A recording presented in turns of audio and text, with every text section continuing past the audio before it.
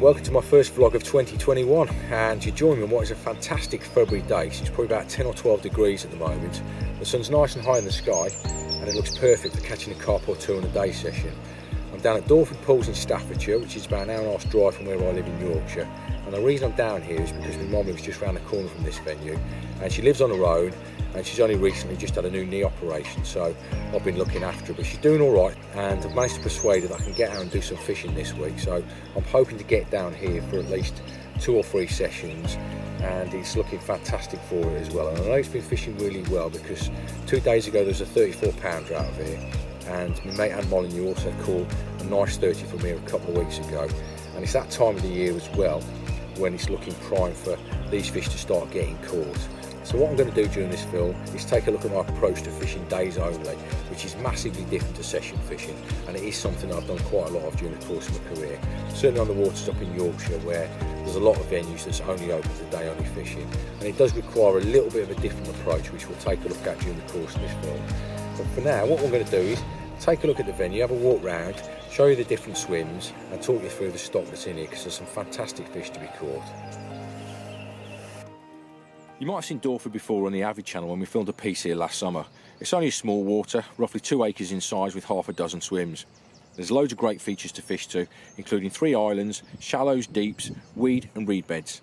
The bottom is mostly made up of silt with a few hard patches in between, and the stock is really good for a small water because there's about 70 carp in here, including 10 or so 30 pound plus fish. The best of these is a 36 pound common, but there's also a stunning 30 pound ghostie and an absolutely breathtaking 30 pound fully scaled mirror. There's zip linears, scalies, plated mirrors and lovely commons, as well as some nice stockies that are coming through the ranks as well. All in all, it's not an overly difficult pool because of the number of carp that's in here, but being such a small water, it can be very moody when it wants to be. The best tactic is to be as quiet as you can, which is limiting the amount of casting you do and keeping everything as discreet as possible. It's open access, so there's a good turnaround of angles on here, and to get on you have to pre-book your fishing in advance via the Dorford Pool Facebook or Instagram pages. There's still a few places available this year as well, so it's definitely worth inquiring about if you're interested.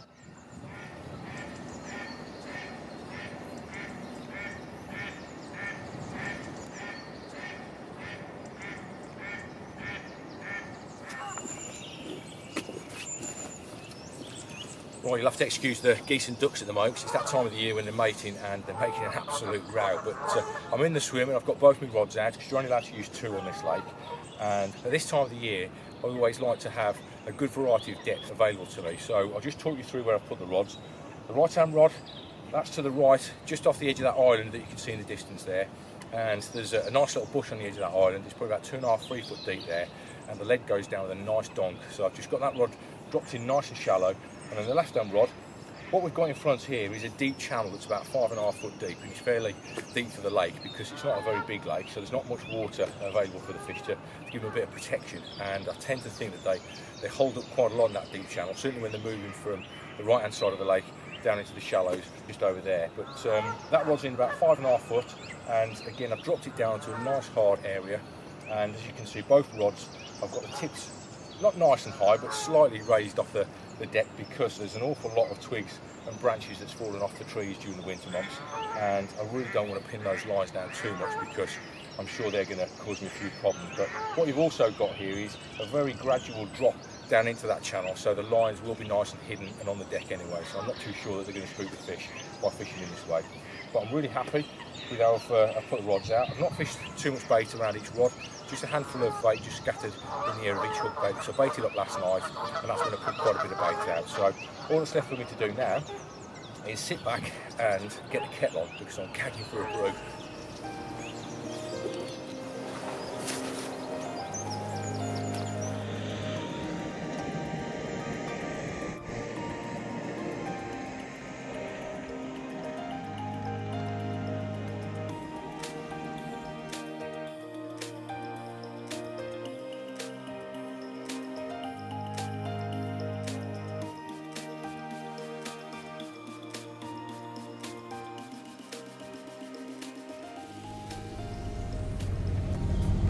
Tell you what, these early mornings are proper hard work. Another early start, and it's my second trip of the week. I had that little fish on my first day, nice little scaly stocky, one of the newer fish that Ed's put in the lake. And I came back down yesterday and put some bait out as well, just to top up the area where I'm pretty sure where I know where the fish are. And it's, what is it now, 7:30. I've got to about 4 o'clock today, and then hopefully I'll come back tomorrow and put some more bait out, and then I'm going to have a third trip on Friday. So yeah, you've got to put the effort in on these trips. It is hard work, but the consistency is the main key. So yep, let's get the gear out the car, because I'm almost there now, and get myself around to the swim that I'm going to be fishing.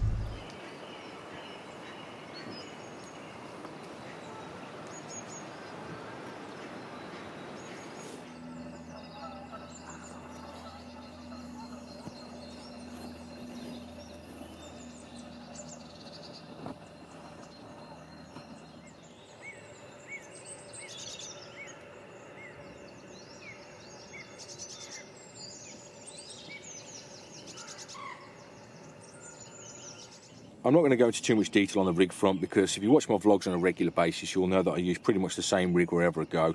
If you want to see it in more detail, then take a look at the Avid channel, where there's a recently uploaded video on how to tie it. But I'll talk you through the components. I've got 15-pound camo outline straight through to the reel. I've got a lead clip. I've got a 2-ounce lead. I'm using captive coated hook link there with all of the outer coating stripped off.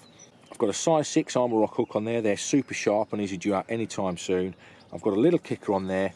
And as you can see there in the video, I'm using a PB wafter as the hook bait, but I am changing these with the bugs depending on which rod I'm using.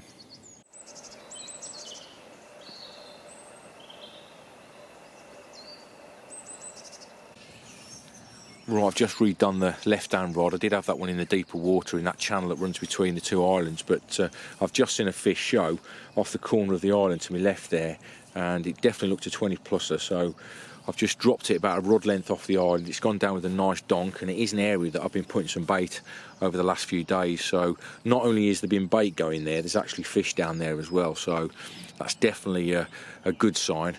And it is the time of the year as well now when the fish do start to come in close into the shallower water, where they get a little bit of sunlight. You know, it's not particularly warm today, but the fact that that fish is in close is in my mind, it's a good chance that it's on the feed. So we'll sit back now and see if anything develops from it.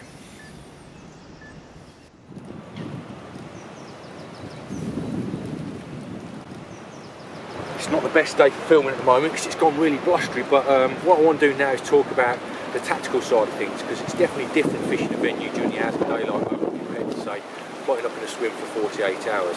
And the first thing to talk about here is that when a venue's fished regularly during the hours of daylight, there's no fishing on there at all during the hours of darkness. What tends to happen is the first hour that you're allowed in the water and that last hour that you're allowed in the water, they tend to become the most important. So you need to get yourself into that frame of mind of getting up early, getting yourself to the water in time for when the gate opens or whenever you're allowed on the venue, and then staying as long as you possibly can. I know from speaking to the guys who's been fishing here regularly, that's exactly the case on this water. Last week, Tommy Forrester was on the venue for the whole day. He didn't get a bite at all until that last hour, and he managed to get 2 bites in quick succession, including a lovely common. So, you know, it's getting yourself into that frame of mind of putting the effort in and having everything already prepared. You know, before I got to the lake today, I'd already sorted my rods out. They'd already got the baits on. I put them on yesterday, and I prepped everything. So when I arrived in the swim, all I needed to do was stick the bank sticks in, cast the rods out, and away we went. The second thing to talk about here is a really simple thing, and that is travel light. There's literally no point in carrying the kitchen sink down to the other side of the lake. I see a lot of guys rock up to these types of waters, and all they'll do is fish the nearest swim to the car park because they don't want to strip all the gear back. But today, I know it's only a small water, this one, but I've stripped everything back. I'm just carrying the rod bag with the rods and the bank sticks in. I've got a small day chair. I've got a rucksack with all the essential items in. A few years ago I fished a water in Yorkshire which was a lot bigger than this one. It was 20 acres in size. It was only stocked with about 15 fish, and I really did strip everything back because I need to be on the move regularly. Now if you've got too much gear to carry, all that does is demotivate you. So it's a simple thing, but it's definitely an important thing.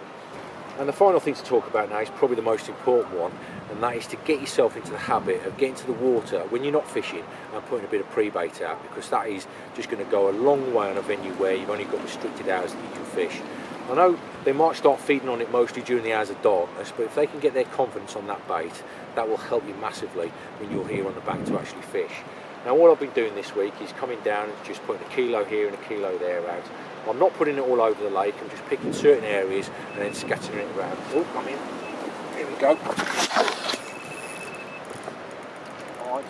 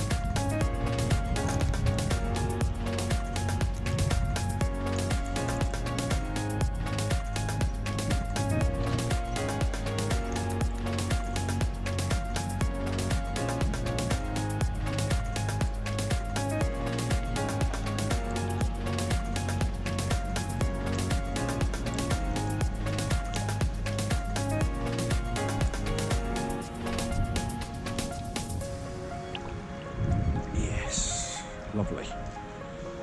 That's a nice fish.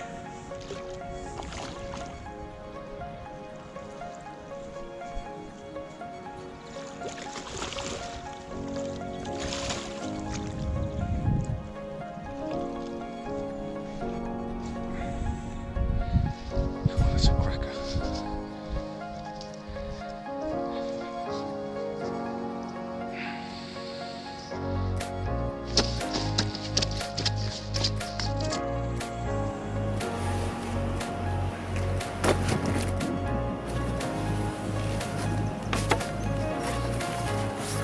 Well, there's one I've just caught live on camera.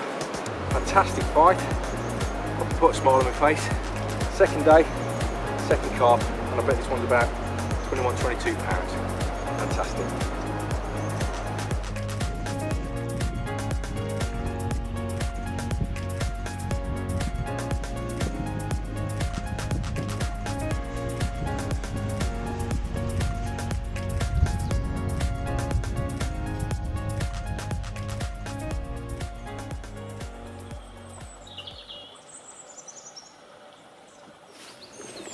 Oh, that sun's coming up nicely and warming things up. It was an early start today. I've been here about half an hour now and got the rods out. It's been pretty chilly, but I know it's going to be a little bit more warmer this afternoon, and I think there might even be a bit of rain. But this is my third and final trip of the week. I've really enjoyed it so far. I've caught in the 2 days that I've been down here, so it'd be nice to finish with something today. I wish I could stay a little bit longer, but not only is my mum doing all right, I also need to get this film edited, and I can't edit it whilst I'm down at my mum's house because my daughter's nicked my laptop for university, so I've got to use the computer back at home. But what I want to do now is just talk briefly about that baiting up side of things, because I started talking about it the other day before we got interrupted by that fish, and I want to really emphasise how important this is for these days only waters. There's no such thing as a wonder rig or a wonder bait for day only fishing. Despite what some people might tell you, the most important thing is the effort side of things and keeping that bait going out on a regular basis. The more often you put it out, the better the results tend to be. I've fished a lot of day only waters in Yorkshire where I live, because there's quite a few venues up there that are run by these match clubs that don't allow night fishing, and very often it's all about that bait going out regularly that will get you the results. And this week I've been down here virtually every day baiting up. I've gone through quite a bit of bait, and it's been going out on 3 different spots, and so far I've caught off 2 of those rods. So I'm not going to say it's going to happen. It'd be nice to get a fish off that 3rd rod, but the point I'm trying to get across now is that if you keep that bait going out on a regular basis, that's when the results really do come. So let's sit back today and enjoy what is going to be a nice day, and it'd be even nicer if I could catch something as well.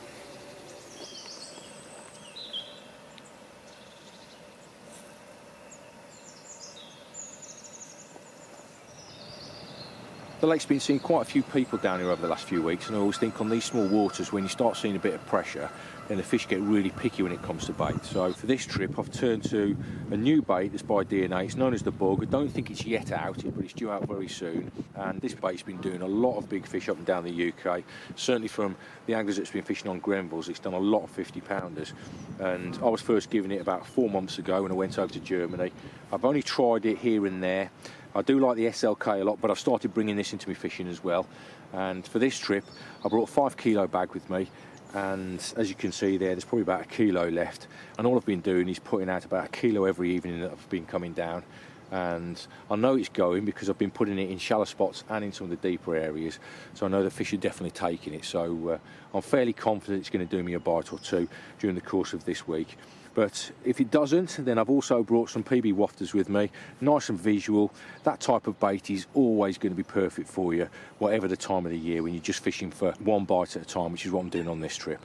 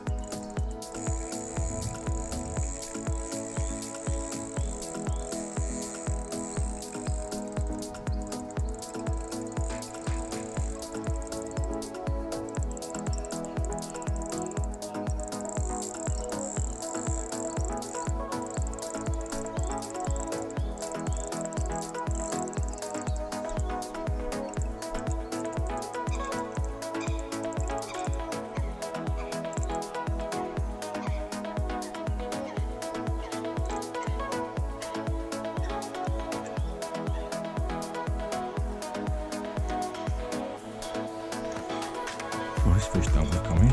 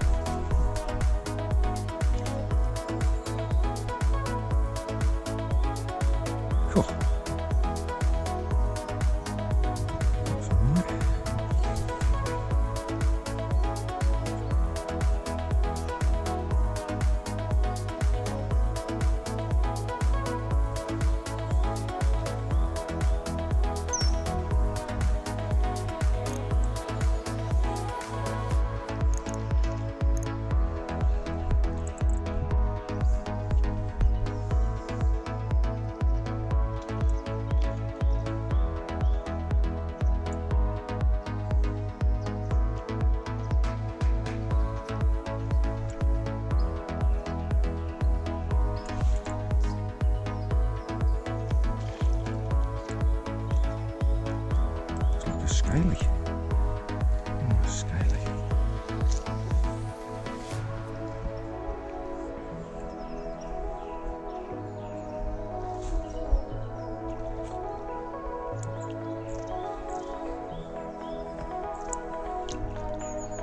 Oh, very nice. Branch as well. Oh, check that baby out. Now that is an absolutely gorgeous fish to catch on a day session, and I'm fairly sure I know which carp that is, and if it's the one I'm thinking of, that is awesome.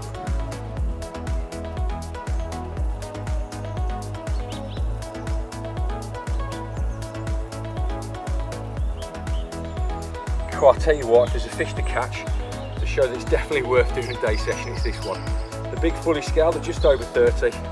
And that is a fantastic way to end this little video.